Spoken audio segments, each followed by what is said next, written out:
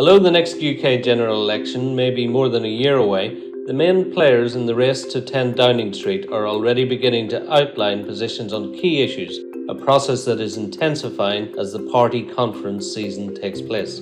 First up this week, the Conservative Party held their conference at the Manchester Central Convention.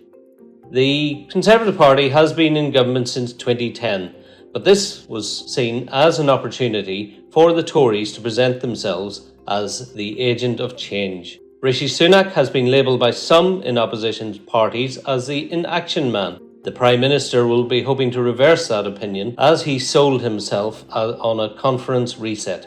A recent exclusive poll conducted by The National found that the UK general public thought Labour leader Keir Starmer would do a better job on the world stage than Mr Sunak. The Delta Poll survey of 2,039 British adults asked respondents to choose between whether Mr Starmer and Mr Sunak would do a better job of representing the UK on the world stage. It's fair to say the Conservative Party conference has come at a pivotal time for the Tories, and all eyes are watching closely. The main question around Mr Sunak is, has he left it too late? Can he turn his party's fortunes around? This is Beyond the Headlines. I'm Damien McElroy, London Bureau Chief at The National, and this week we are at that conference in Manchester. On this podcast, we'll dissect the burning questions that arise from the meetings of the two main parties, discuss whether Mr Sunak is indeed able to change his party's fortunes, and examine how the Conservatives are facing the issues of the world, and also chat about what policies are anticipated for the Middle East. But before we start, if you want to get all the latest episodes as soon as they come out, then just hit the subscribe button wherever you listen to your podcasts.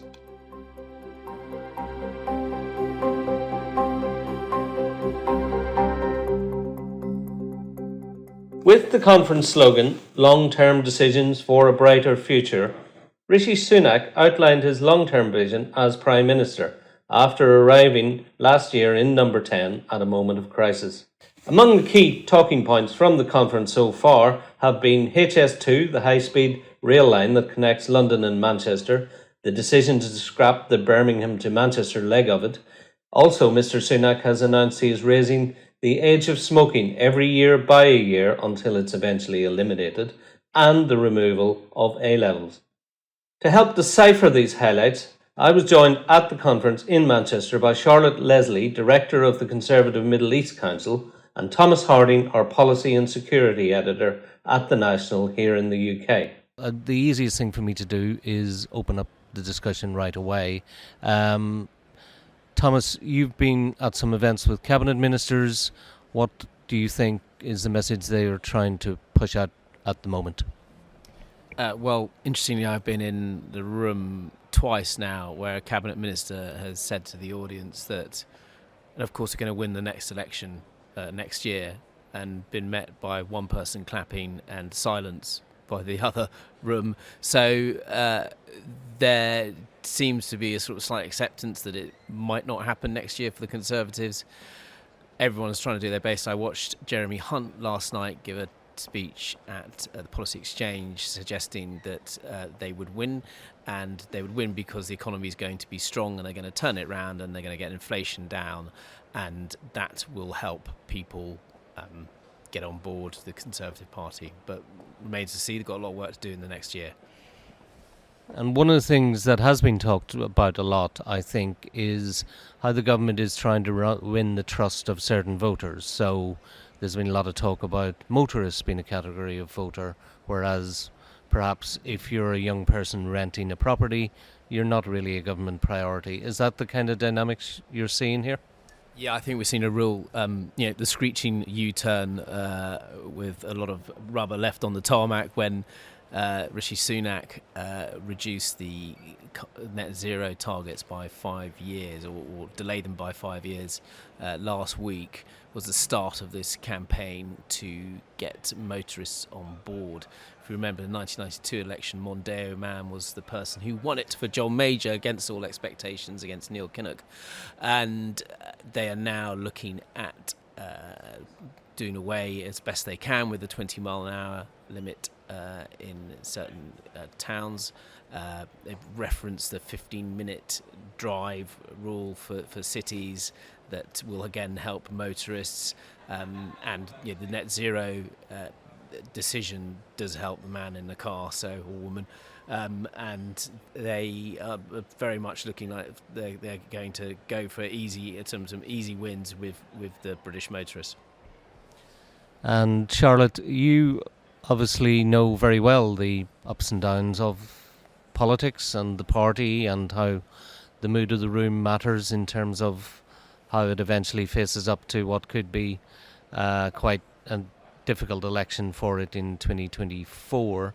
How do you think people are talking about that among themselves at the moment?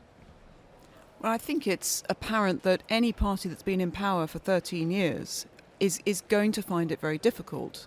Every government, every party has a natural lifespan, and being in government takes a lot of energy. And it's always difficult when you reach that point. At the same time, you've had a lot of external shocks as well. So the party has got an enormous challenge. I think there's a real dynamic of to what extent do we adopt new policies, change policies to meet what our polling is saying? And to what extent do we just go steady, I won't say strong and stable, but just steady as we go, maintain our direction, no sudden moves, so that people look at the government and say they know what they're doing. And I think that's a very difficult balance. So you got the screeching U-turn, as Thomas called it, on the net zero. That will appeal to some voters. As a former constituency MP, I can imagine the mailbox. There'll be lots of people who are very happy with that.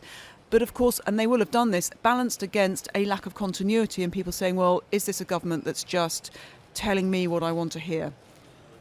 Now, I think there has been some way to go in convincing the motorist, the person who needs the car to get to work, the rural communities, of the reasons behind net zero. And some of the measures that have been taken previously haven't reached down for the reasons why those measures are taken to your average voter. So I think it's very interesting that this has been chosen. I think it very much is a Mondeo man moment. But, back in Mondeo days, we weren't talking, is it petrol or is it electric? And that's a completely new dynamic that's come in. Yes, and one of the aspects, of course, of that announcement in particular, and the politics that Rishi Sunak is trying to put around that, is the upcoming COP28 in Dubai at the end of November. And if you rewind to, the COP26 that was in Glasgow 2-3 years ago here, Britain very much wanted to be out there in front as a leader of this whole process. How do you think that squares in terms of the international look of what the government has been doing? How are they going to go forward from that decision into COP28 and make a offer to the world as well as to their voters? There are two parts here, aren't there? The global audience and the domestic audience. And I think one thing the government has done quite well is to say to the domestic audience that we're not rowing back on our commitment to tackling climate change. We're just saying that the current net zero measures, and net zero has become such an all-encompassing phrase, aren't necessarily the best way to do it if you're managing, short-term pain and the long-term gain, and how efficient the short-term pain will be for that actual long-term gain. And I think that message has sunk in. It'll be interesting to see how much it sinks into the Lib Dem, the South, the Southwest and Southeast, more Lib Dem, New Labourish leaning voters who are very concerned about the environment. I think there is some work to do on the global stage to say we are moving with the rest of the world, with the Middle East, with even China, which talks about net zero and climate change. To what extent actually anything happens, of course, is a different conversation. But the zeitgeist is environment and net zero. And there probably is some work to do for the government to demonstrate that it is not falling behind the curve. But the government will say, none of this means anything if we don't win the election next year. So let's win the election next year. We know our electorate. And we haven't disposed of the commitment to climate change. We just think we're going to do it in different ways. And obviously you have been focused in your particular area you've had a few Middle East events here. How do you think those issues that you've been trying to explore which maybe you talk a little bit about them. But how do you think they resonate here, and how much bandwidth is there for those types of topics and the sorts of messages that you're getting out? Well, look, when you run a group that's focused on the Middle East and you come to a party conference just before an election, and having been an MP, I know that, when I was an MP, I was looking at my different categories of voters and how they're going to vote. You are always worried whether there's going to be cut through. But what's been really interesting is I think both members of the public, members of the Conservative Party who are here, and others really feel the global shocks. And it has become a lot easier to persuade people who may normally only be domestically interested that there is no such thing, no man is an island, that domestic is connected to the world.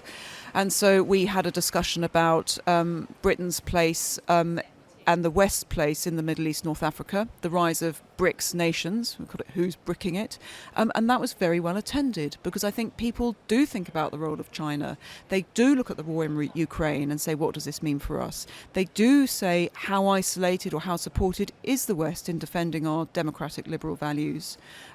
We had a discussion on Syria, and again, I was an MP during the time that the Syrian war, civil war, erupted and took place. And I had previously found it difficult to talk to constituents about why I thought it was necessary as an MP to go to the Middle East.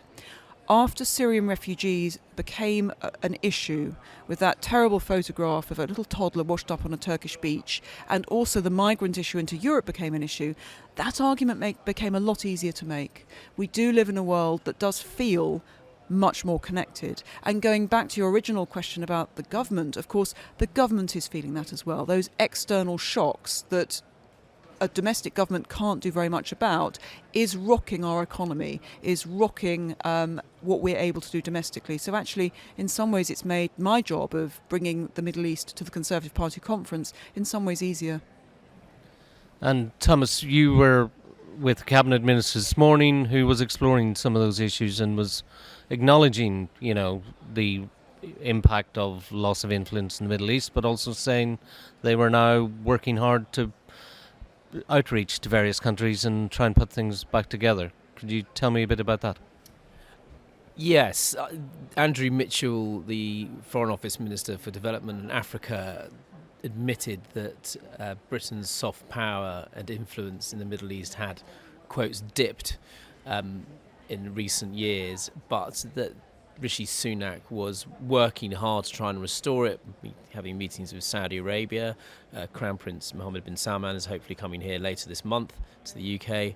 Qatar and the UAE are all sort of trying to gear up and restore our lost influence, which I think Charlotte has also spoken about to us, and to Britain to use its soft power that it's meant to be very good at doing, and its international development budget to try and get some leverage in the region, especially in the post-Brexit world and the post-US world of not being such a presence there, that there is a void that needs to be filled.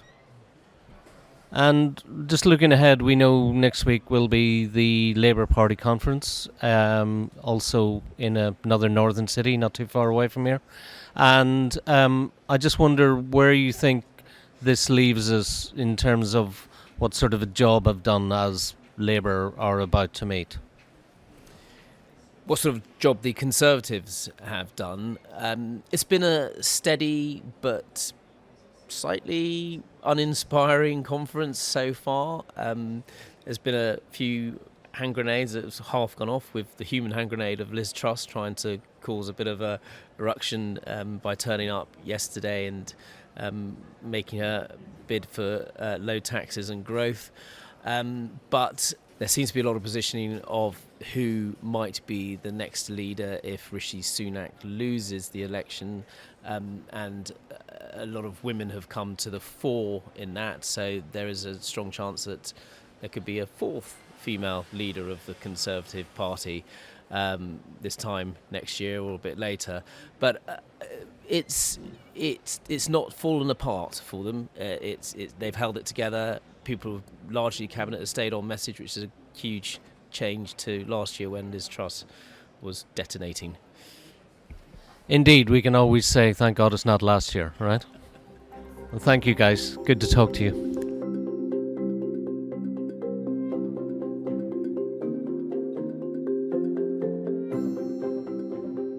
To understand more what's expected from the Labour Party conference that is set to begin over the weekend and what's ahead in UK politics, Thomas is back with me. We've just been at the Conservative conference. We had the opportunity to listen to Rishi Sunak as he made his case and really fired the opening gun for the election that must be called next year.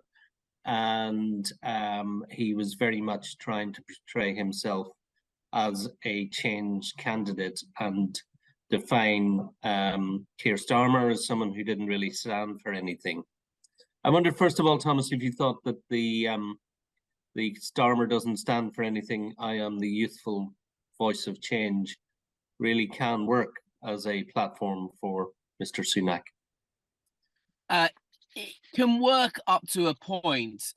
It is not is a useful strategy to pursue using his youth and his relative energy and his intelligence to sort of portray himself as somebody different. I think what also happened yesterday was that in his announcements of axing HS2, banning cigarette smoking, and sort of cancelling A levels, is that he really potentially has given Labour a bitter pill to swallow now, i.e. how they respond to those three things, because Starmer's going to be asked about it today, tomorrow and the next week. Is he going to keep those Tory policies, or is he going to do something different, which will be a bit of a challenge for him? And then if he does keep them, it's a bitter pill for Labour if it does gain power, as is most likely this time next year, for them to implement those policies. So he is trying to his hardest to make himself look like a change candidate, but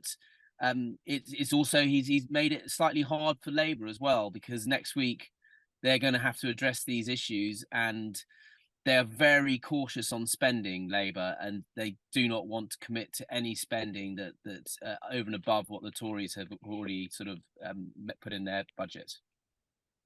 And is it a valid thing to say Keir Starmer is 17, I think, years older than him? There is a idea that Labour aren't really talking about things that maybe Mr. Sunak is talking about. For example, he will hold an AI summit in November in the UK, and he wants to really say that he can address the sort of future oncoming issues, whereas leaving aside the long experience of Mr. Starmer and his distinguished career as a prosecutor, etc., there's a sense that this is not really something that gives Starmer an agenda, whereas Sunak has an agenda. Yeah, it is difficult for Labour. I mean, they are 15, 20 points ahead in the polls. And as one person described it to me, is that it is like them carrying a Ming Dynasty vase. They know that they've got this big trophy that they can get over the line, but if they drop it, it will break into 1,000 shards, and they could lose a significant number of votes. So Rishi Sunak's making it difficult for them. They're fighting as hard as he can to stay in power, and it's almost as if Labour are the ones in government, the Tories are the ones who are in opposition at the moment, which has been said before, but it seems very much the case. They're kind of trying to come up with these innovative ideas to undermine Labour's sort of very steady, cautious approach to the election, sort of actual election start line. And looking ahead to Liverpool, we're changing from one part of the northwest, the great big city of Manchester, to the coastal legendary city of Liverpool, and obviously the tribes that is Labour will be convening there. I think one takeaway from Manchester was that the campaign from a Conservative point of view will be really revolving around Sunak, his personality, his family values, is kind of what made him. And I wondered, do you think we'll actually see the same from Starmer, that Starmer has to also keep on emphasizing the personal and really give people something to hold on to from a Liverpool stage? Yeah, I mean, Liverpool Labour they do have a slight issue on multiculturalism and on women. Even though the Shadow Chancellor Exchequer and the Deputy Leader are both women, they're a bit thin on the ground, whereas the Tories have a lot of ethnic people and ethnic minority people in their front bench, as well as women. So that is a difficult one. He's the sort of white male, sort of slightly private school educated barrister, and Rishi Sunak is not. And I think Rishi Sunak's quite clever at playing on his sort of British Asian roots. He doesn't overdo it, but he does highlight it in a very sort of forthright way that isn't in your face. And as he said yesterday in his speech, it's not really something that we really need is an issue. It's just there. It's not a big deal.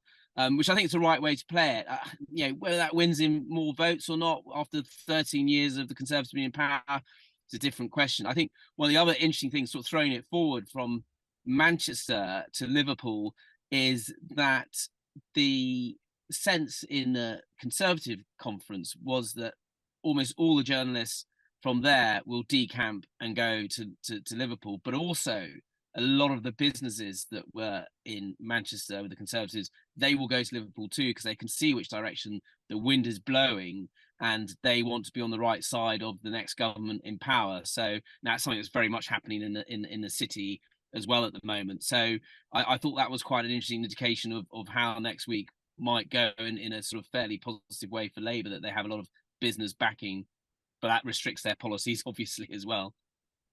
Yeah, and one of the people who was at one of the stalls in the conference said to me that, where's the big, massive Google stand that was here last year? It's just not here this year. And it was very evident that there was a much smaller footprint by business and by those commercial lobbyists, etc., than there would have been other years. Yeah, no, that was evident. You had a bit of Sainsbury's and a few sort of electric bikes and a few other bits and pieces, but it wasn't really a buzz around the stands there. And it would be interesting to see if that's the case in Liverpool, whether businesses really put a lot more effort into it there. I mean, it could be even a bigger event for businesses in Liverpool than it was in Manchester, which would certainly tell you a thing or two. And just, I suppose, a final question looking ahead. Labour will also want to project a certain image to the world. We've already seen in the last few weeks, for example, that Keir Starmer went to the Elysee Palace. He met Macron. He really does want to seem to use his strong position in the UK polls to say that the country he would lead would be a lot more kind of friendly to the world than the Conservative-led one at the moment. But obviously that also is a balancing act for him, because then he has to do the trade-off with, getting attacked on possible weakness on migration and all those things. So that'll be another running theme of the days ahead. Yeah, I think it's very interesting the international positioning that Labour can potentially capitalise on if they come into power. I mean, the Conservatives have very much taken their eye off a lot of international issues, global issues, and the sort of chaos that Brexit caused and the disruption. The Middle East in particular, we heard a lot in the conference that Britain is fairly absent there. So I think a more internationalist stance. I mean, you remember when Tony Blair came to power in '97, it was this sort of this wave of quite pro-British but British influence as well across Europe and beyond. Rule Britannia. Yeah, cool Britannia. Yeah, but potentially Starmer can use to good effect. But I think the Western liberal democracies and others will welcome that after a period of chaos in British politics, which didn't show Western liberal democracy to be particularly stable or strong. That they might get somebody who's sort of reliable and can provide the punch that many countries look to from Britain. Excellent. Well, thank you very much, Thomas. It was an interesting week, and it will be another one ahead. That's an excellent summary. Thank you. Okay, brilliant. Thanks very much. Thanks this week to Charlotte Leslie and Thomas Harding. We were produced this week by Phil Green and Doa Farid, and I'm your host, Damien McElroy. If you want to get every episode of Beyond the Headlines as soon as they are released, then just subscribe in your podcast app.